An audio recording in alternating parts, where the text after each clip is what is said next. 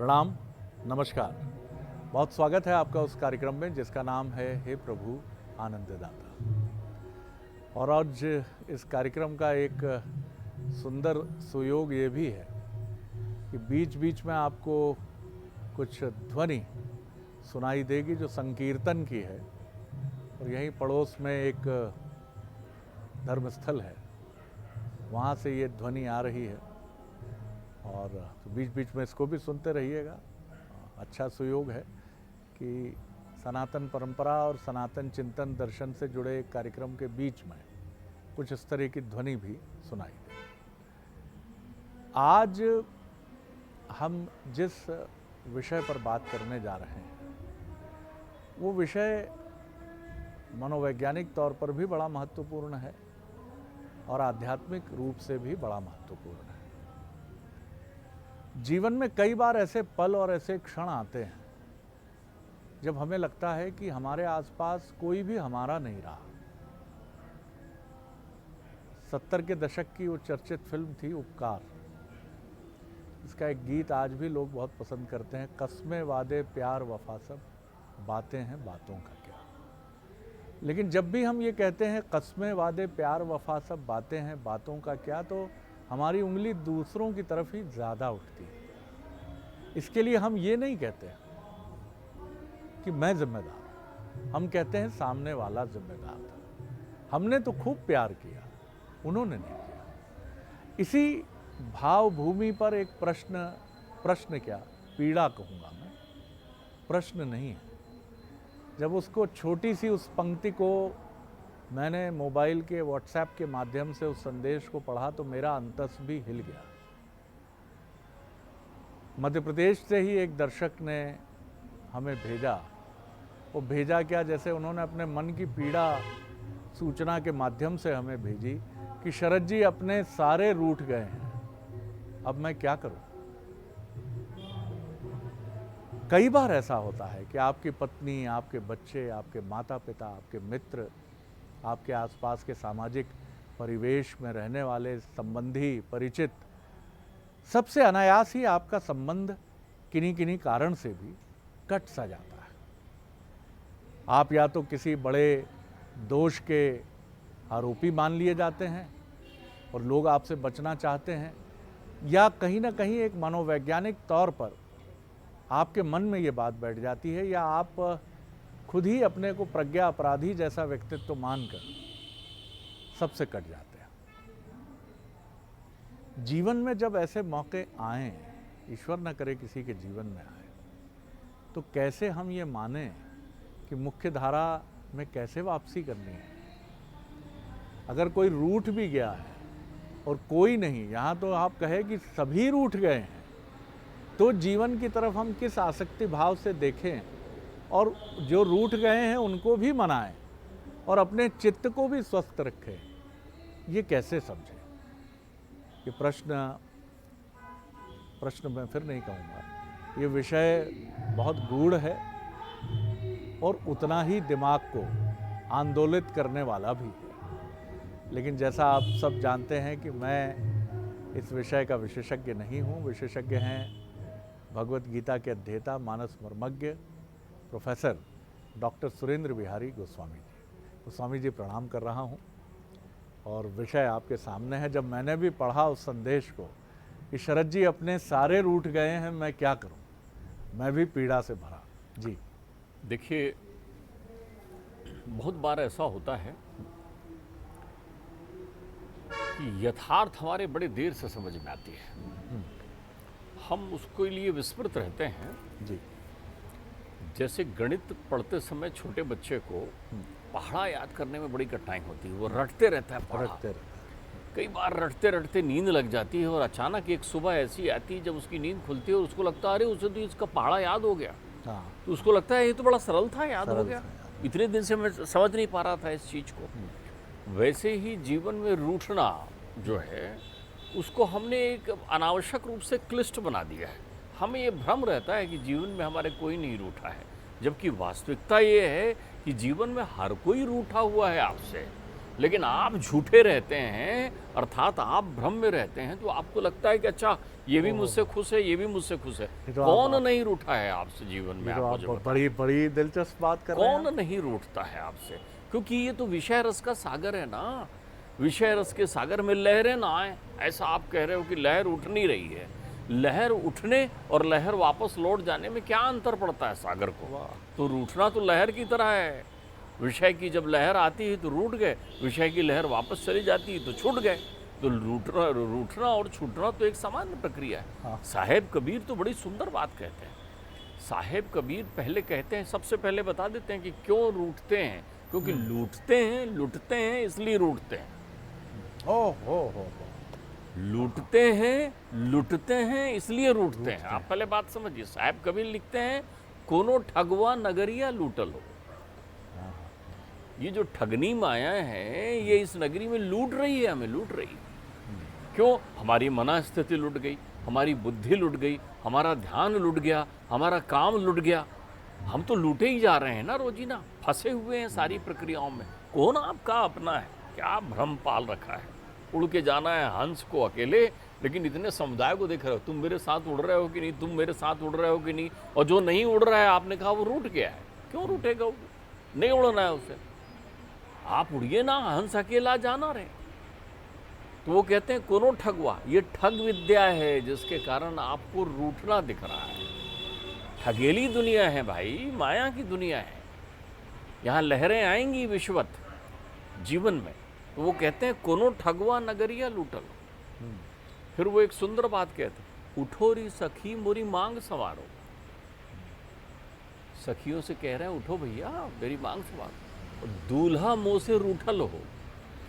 अरे आप तो इस संसार के रूठने की बात कह रहे हैं। जिस दिन वो रूठता है दूल्हा, तब तो मिलता है आपको।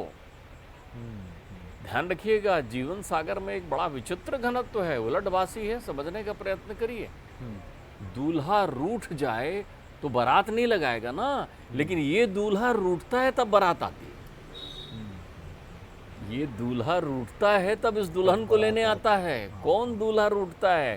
काल रूपी दूल्हा रूठता है तब आता है तुम्हारे पास। तो आपको तो जीवन में सब रूठते हैं। आप तो एक मनुष्य का जीवन जी रहे हैं। अवतारी पुरुष के जीवन में कौन नहीं रूठा? कृष्ण से उनके अपने रूठ गए, मामा रूठ गए। कृष्ण से मामा रूठ गए, फुफेरा भाई रूठ गया, रिश्तेदार नातेदार संगी साथी रूठ गए, कौरव रूठ गए। सारे लोग रूठते हैं। रूठने का अर्थ होता है आपसे सहमत ना होना। रूठने का अर्थ होता है आपसे सहमत ना होना। अगर आप भाग्यशाली हैं तो सकारात्मकता से रूठने वाले लोग आपके शुभ चिंतक हो जाएंगे। अगर आप भाग्यशाली हैं, पिताजी रूठ जाएं। रूठना शब्द का उपयोग तो मूलतः छोटों के लिए किया जाता है। नाराज होने और रूठने में अंतर है। जो बड़ा होता है उससे छोटा रूठ जाता है। लेकिन अगर रिश्तेदार नातेदार रूठ गए हैं, इसका अर्थ ये हो गया कि उन्होंने अपना बड़प्पन त्याग दिया है, वो छोटेपन में आ गए हैं और आप बड़े हो गए हैं, इसलिए आपसे वो रूठ गए। रूठने वाला हमेशा छोटा होता है। वाह वाह वाह। जिसमें बड़प्पन होता है वो नहीं रूठता। वाह। बड़े नहीं रुकते, बड़े ना बोले घट बचन, घट बोले घट बोल। छोटा बच्चा रूठ नहीं जाता आपसे, छुप के जो रोने लगता, नहीं हमको जब तक लॉलीपॉप नहीं दोगे हम नहीं आपके साथ चलेंगे। रूठ गया है, नाराज नहीं हुए आपसे। तो अगर आप बहुत सौभाग्यशाली हैं तो कोई ज्ञानी, कोई सत्संगी, कोई सुमार्ग वाला व्यक्ति अगर आपसे रूठ जाए तो आप समझ लीजिए फिर आप संकट में हैं। लेकिन कोई विषयी विषरस में डूब करके रूठ गया है तो परवाह नसीत। कैकेयी भी तो रूठ गई, कोप भवन में जाकर बैठ गई, राम से रूठ गई। राम तो पुत्र है, रूठना तो राम को चाहिए था, लेकिन कैकेयी रूठ गई। कैकेयी रूठ गई। आपकी किस्मत आपसे रूठ जाती है भाई। ये जो रूठ कापन है, ठा जहां लगा हुआ है, ठगुआ है यहाँ। यही माया ठगनी है। तो आप इसमें दो सिद्धांत बनाइए। सबसे पहले आत्मावलोकन करिए। यदि रूठों को मनाने का क्रम तो हमेशा करते रहिए, हमेशा करते रहिए। क्योंकि जैसे ही आपने मनाने का क्रम किया, वैसे ही आप बड़े हो गए। ध्यान रखिए, एक परिवार में बड़ा सौभाग्य था क्योंकि वहाँ की गृह लक्ष्मी बड़ी सतोगुणी थी। जी इन शब्दों को पहले मैं आपके शब्दों में परिवर्तित कर दूं। जी। एक परिवार में बड़ा आनंद था क्योंकि उसकी धर्मपत्नी जो है परम धर्मावलंबी थी। परम। गृह लक्ष्मी जो है सतोगुणी थी, परम धर्मावलंबी थी। हाँ। अब उस परिवार में जो बड़ा भाई था, लंपट, कपटी, स्वार्थी, लोलुप, लोभी, सारे अवगुणों से ग्रस्त था। जमीन जायदाद, पिताजी की सारी प्रक्रियाएं सब छीन लेता था छोटे भाइयों से। तो छोटा भाई जो है उसने कहा ये ठीक नहीं, मुझे बात नहीं करना है बड़े भाई से। लेकिन जैसे ही व्रत त्योहार का अवसर आता था, बड़े भाई भी कहते थे बात नहीं करना है। अब उनने सब ले लिया, अपना रखा है। तो जैसे ही व्रत त्योहार का अवसर आता था वो कहते थे सुनो ना, भाई साहब को प्रणाम तो करो, चरण वंदन तो करो। वो कहते थे क्या करना, बड़ा भाई तो पिता की तरह होता है, उनमें तो पिता के कोई गुण नहीं है, वो तो मुझसे धन लेते हैं, मेरा यश चुराते हैं। ऐसा कौन सा बड़ा भाई है जो द्वेष रखता है। लेकिन उन्होंने कहा नहीं नहीं, वो छोटे हो गए हैं तो आपको बड़प्पन जागृत करना पड़ेगा ना। उनमें द्वेष आ गया है तो आप तो प्रेम की नदियाँ सब सरिता प्रवाहित करिए ना, उनको प्रणाम करिए। तो छोटा भाई जो है अक्सर प्रणाम करके हालचाल पूछने का काम करता था। उसका ये क्रम कभी खत्म नहीं हुआ। और हुआ ये कि रूठने वाले लूट लिए गए और मनाने वाले बड़प्पन वाले थे, उनके जीवन में ऊर्ध्वगामी विकास होता चला गया। वाह। तो आप इस बात पर क्यों चिंतन करते हैं कि कौन रूठ रहे हैं। हाँ, कोई ज्ञानी तो नहीं रूठा है, कोई संत तो नहीं रूठा है, किसी सहज व्यक्ति को, किसी अच्छे व्यक्ति को तो आपने कहीं रूठा नहीं दिया, अपने आप से नाराज तो नहीं कर दिया। संत रूठ जाए तो समझ लेना आपके जीवन में कष्ट आने वाला है। लेकिन असंत रूठ जाए तो आप परवाह मत कीजिए। मिलत एक दारुण दुख दीना, बिछड़त एक प्राण हर लीना। तो ऐसे कोई रूठ जाए तो कोई बात नहीं। हमारे यहाँ तो भागवत जी में एक बड़ा सुंदर वर्णन किया गया है जी। जो लोग ज्ञान यज्ञ करते हैं, भागवत का नाम ज्ञान यज्ञ है।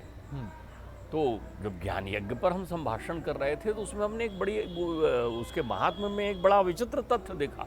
वहाँ निमंत्रण का स्वरूप भी बना हुआ है कि आप कैसा निमंत्रण दीजिए। उसमें कहिए परमात्मा मेरे घर आ रहे हैं। तो जब परमात्मा मेरे घर आ रहे हैं तो मेरा घर तो वृंदावन हो गया ना। सही बात। तो परमात्मा आ रहे हैं तो मैं क्या करूं, सारी आत्माओं को आमंत्रित करूं। और आत्मा अच्छी बुरी नहीं होती, आत्मा केवल सतोगुणी और आनंद का प्रतीक होती है। तो वो कहते हैं बंधु मित्र इष्टजन शत्रु को भी आमंत्रण देने जाइए। जो आपके प्रति द्वेष रखते हैं उनको भी आमंत्रण देना चाहिए। तो सबसे पहले आप ये देखिए कि जो लोग रूठे हुए हैं वो दो भागों में बट गए हैं। एक भाग जो सतोगुणी है। अब आप कहेंगे कि सतोगुणी क्यों, अगर आप खुद ही निर्णायक बन गए और आप समझ रहे हैं कि मैं ऐसा हूं कि मेरे से सब रूठ जाते हैं, तो जब सारे रंग आपको गड़बड़ दिखने लगे तो आप समझ लीजिए सबसे पहले अपना चश्मा बदलिए। दृष्टि, दृश्य और दर्शन तीनों पर आप चिंतन करिए। ठीक बात है कि आपका जीवन कैसा चल रहा है, आपकी विचारधारा कैसी चल रही है। कहीं आप हठी तो नहीं है, कहीं आप क्रोधी तो नहीं है, कहीं आप द्वेषी तो नहीं है, कहीं आपके बोलने के संभाषण में मधुरता तो नहीं चली गई है, आपका आचार विचार और व्यवहार निर्मल है कि नहीं, आपको झुकने में तकलीफ तो नहीं होती, आपकी मेरुदंड जो है लोचपूर्ण है कि नहीं है। जहां तनी रहनी चाहिए वहां कभी तनी नहीं रहती, वहां हाथ पैर जोड़े खड़े रहते हैं आप। जहां स्वाभिमान जागृत करना है वहां तो आप बिछ जाते हैं, और जहां बिछना है वहां पर अहंकार में अड़े रहते हैं। क्या बात है, बहुत सुंदर। तो आप ऐसा मत करिए। अगर आपसे सब लोग रूठ रहे हैं तो सबसे पहले आप ये समझ लीजिए कि हाँ भाई मैं ही दोषी होऊंगा, मुझ में ही कमी रही होगी।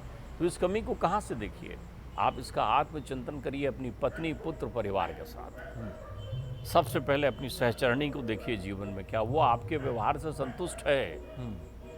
कलह तो नहीं होती आपके यहाँ, बच्चों में बातचीत आत्मीयता के साथ है कि नहीं है। अपने छोड़िए, पड़ोसी आपके प्रति क्या भाव रखते हैं यार देखिए। ध्यान रखिएगा, जो निर्मल मन का होता है ना उसके पीठ पीछे भी आलोचना नहीं होती। सही बात। निर्मल व्यक्ति के संबंध में आलोचना सामने होगी, पीठ पीछे नहीं होगी। आप अपने स्वरूप का भी तो चिंतन करिए। और दुखी क्यों हो गए, एक दिन मृत्यु रूठ जाएगी आपसे। मृत्यु के रूठने शब्द में कितना आनंद देखो, मृत्यु जब रूठ जाती है तब आती है। क्या बात है, बहुत आपने पहले भी कहा, काल जब रूठ जाता है तब आता है। दूल्हा वही है। राम ने कभी कैकेयी के रूठने पर चिंतन नहीं किया, कभी कभी नहीं, कभी कभी नहीं। भरत को इस बात की अनुभूति कभी नहीं हुई कि लक्ष्मण उनसे रूठ गए थे। इसकी अनुभूति भी नहीं हुई भरत को। रूठना तो वो है जिसको आप उस विषय विष को आप कंठ में धारण करके नीलकंठ की तरह हो जाइए ना। क्यों उदर में ले रहे हैं? इन चीज़ों को आप ना दिमाग में लीजिए ना दिल में लीजिए। हमारे यहाँ पुरानी बात कहावत थी, एक गाँवड़ी कहावत है साहब, बुंदेलखंड में हमारे यहाँ, गंवार की गारी हंस के टारी। गंवार की गारी हंस के टारी। वाह वाह। तो आप तो जो है क्यों इन चीज़ों में पड़े हुए हैं? आप इस बात पर शोक कर रहे हैं कि आपसे कोई रूठ रहा है करके। आपके पास इतना फुर्सत का समय है कि आप देख पा रहे हैं कि कोई रूठ रहा है। इसका मतलब ये आप अकेले नहीं चल पाते, आपको संबल की जरूरत होती है। आप कमजोर हैं, चलते रहो ना। और बल्कि देखो, किसी को उठाना हो तो फिर पीछे पलटो। ठीक बात। अगर आप मुखिया हैं और सब आपसे रूठे हुए हैं, इसका अर्थ है कि आप सकारात्मक नहीं। समझिए साहब, खुद को विद्वान तो हर आदमी समझ लेता है। अहंकार, क्रोध, द्वेष, ईर्ष्या, वैमनस्यता, कटुवचन, ये सारे लक्षण आपको रूठने और मनाने की प्रक्रिया में डाल देते हैं। इनसे विरक्त रहिए। क्या बात है। आप इसका आत्मचिंतन करिए कि कहीं अहंकार तो नहीं आ गया है। आप यूँ टेढ़े हाथ करके चल रहे हैं, 2 डायलॉग बोल दिया, 2 अपशब्द बोल दिए, 2 चीज़ें बोल दिया, ऐसा नहीं करिए। एक तो आप आत्मचिंतन करिए, दूसरा ध्यान रखिए संसार में कोई ऐसा मनुष्य नहीं। अरे संसार रूठा हुआ है। आप भोग के लिए आए हैं यहाँ श्रीमान जी, भोग के लिए। तो जब तक भोग निश्चित है, एक पल भी कम ज़्यादा नहीं होगा, यहीं रहेंगे। रूठेले लोग यहीं रहेंगे। आपकी बात से एक बहुत सुंदर सिरा मुझे ये समझ में आया कि किन चीज़ों से रूठना चाहिए, ये बहुत स्पष्ट होना चाहिए मनुष्य के जीवन में। देखिए, सबसे पहली बात मैं आपको बड़ा सहज भाव से कह दूं जी, रूठने वाला व्यक्ति छोटा होता है। सही कहा। तो आप तय कर लिए कि आपको छोटा होना है क्या। किन चीज़ों से नहीं।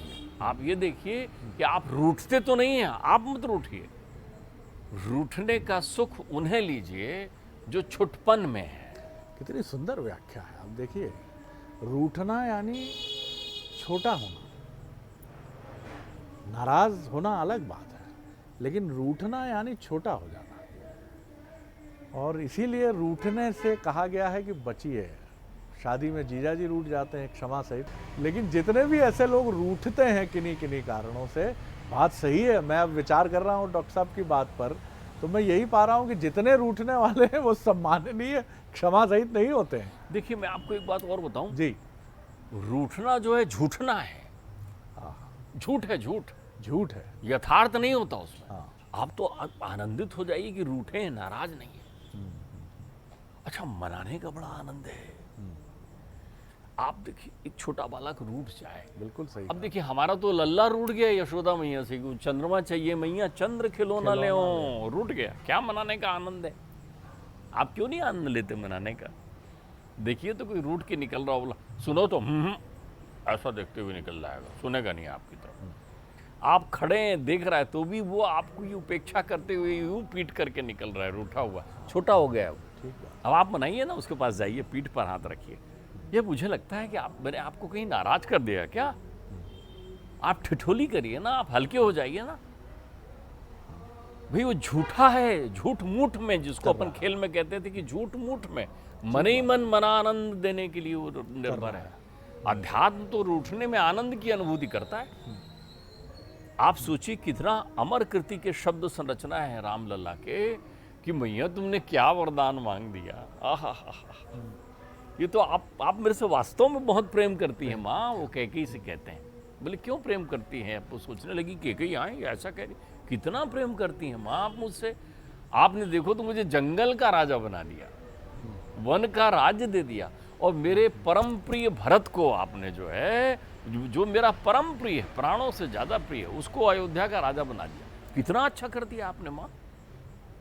ये देखिए, ये मनाने की शैली है, ये मानने की शैली है। और दूसरे अर्थों में और लें, सकारात्मक सोच में आ जाएं।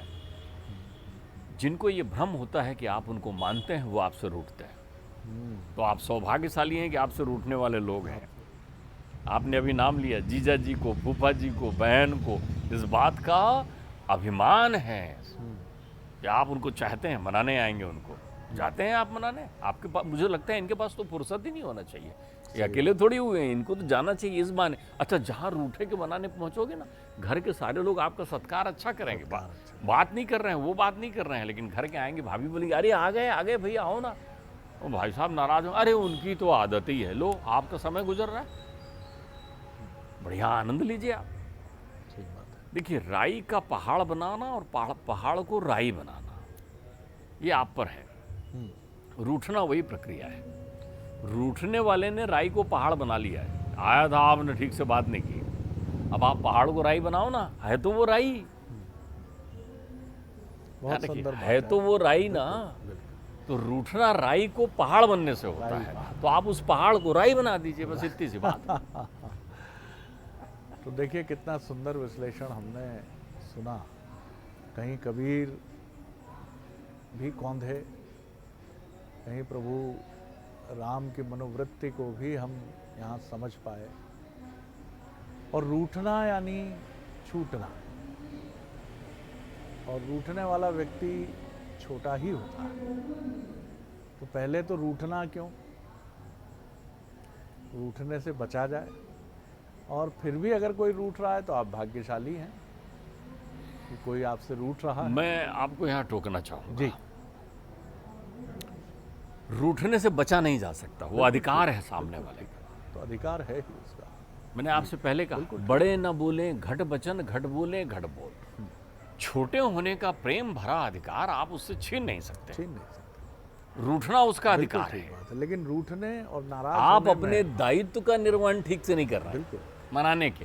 ठीक बात है। तो रूठे को, जैसा वो गीत है, रूठा है मना लेंगे, नाराज है मना लेंगे नहीं है, क्षुब्ध है मना लेंगे नहीं है, क्रोधी है, आवेग से भरा है, प्रतिशोध से भरा है, तो भी मना लेंगे। वहाँ कुछ कठिनाइयाँ होती हैं, लेकिन रूठा है तो मना लें। रूठने वाले को मनाया जा सकता है। और ईश्वर करे कि संसार में हमारे प्रियजन हमसे रूठे ही, वो हमारे प्रति बैर से ना भरें, प्रतिशोध से ना भरें, नाराज़गी से ना भरें। देखिए, मैं आपको बताऊं जी, अगर आपके आसपास रूठने वाले लोग हैं तो आप ठाठ में हैं। इतना प्रेम करने वाले लोग हैं भाई आपसे, इतना सारा, इतने सारे समग्र लोग आपके परिवेश में हैं। लेकिन आप देखिए, एक बात और समझिए, रूठने वाला गलत होता है, इसलिए उसको मनाया जाता है, अर्थात उसको सन्मार्ग में लाने की जिम्मेदारी आपकी होती है। बिल्कुल आप ठीक। तो आप एक बात समझ लीजिए, ये दुखी होना छोड़ दें। इसलिए दुखी होना छोड़ दें कि ये सही है, ये सही है। तो जो लोग रूठ गए हैं उनको सही बनाने के लिए आपको केवल युक्ति लगानी है, जुगत लगानी है, जुगत लगानी है। और इसीलिए रूठी हुई भार्या यानी पत्नी को मनाया जा सकता है। रूठे हुए माता पिता भी कई बार छुटपन और बचपन में लौट जाते हैं कि तुम भूल गए यार, आज तो पेंशन का दिन था और तुम गाड़ी से ले जाते हो बैंक, तुम हम ना बात नहीं करेंगे यार, तुम पता नहीं कहाँ गुम हो। उन्हें भी आप मना सकते हो। एक आप बढ़िया उनके लिए धोती कुर्ता ले आते हैं और उनका पोपला मुंह प्रसन्नता से खिल जाता है। माता जी को अगर कोई मिठाई पसंद है वो आप ले आते हैं, या उनकी पसंद की कोई साड़ी या शॉल ले आते हैं, माँ का चेहरा उनकी। तो रूठे को तो मनाया जा सकता है। और इसीलिए शादी में भी जब फूफा जी या जीजा जी रूठते हैं तो हम नाराज़ नहीं होते, हम खिन्न नहीं होते, अरे जीजा जी हम कर लेंगे, हम हंसते हैं, क्योंकि हमें मालूम है कि रूठना एक परंपरा भी है। तो रूठे को मनाया जा सकता है। और इसके जो दूसरे गूढ़ पक्ष हैं जिनको हम कम समझते हैं, तो उनको समझिए कि रूठना एक सकारात्मक प्रक्रिया है। ये ध्यान रखिए कि आपसे जो लोग रूठे हैं वो आपसे बहुत स्नेह रखते हैं, इसीलिए वो आपसे रूठ गए हैं। लेकिन रूठने के बाद क्या आप मनाने के लिए उनके पास गए हैं, ये प्रश्न आपके लिए है। क्या आप उनको मनाकर फिर उनके रूठने को दूर करके आनंद की उसी परिधि में लौट आए हैं जैसा सब कुछ पहले था? क्योंकि दूसरी जो प्रतिक्रियाएं हैं, भावनात्मक, क्रोध, नैराश्य, प्रतिशोध, वहाँ शायद कुछ कठिनाइयाँ हो सकती हैं, असंभव कहीं भी कुछ नहीं है। लेकिन रूठे को सबसे आसानी से मनाया जा सकता है, चाहे वो रूठा हुआ भाग्य हो या फिर रूठे हुए परिजन हो। बहुत आनंद आया गोस्वामी जी, बहुत ही आनंद आया। और अगले एपिसोड में एक और विषय लेकर उपस्थित होंगे। प्रणाम, नमस्कार।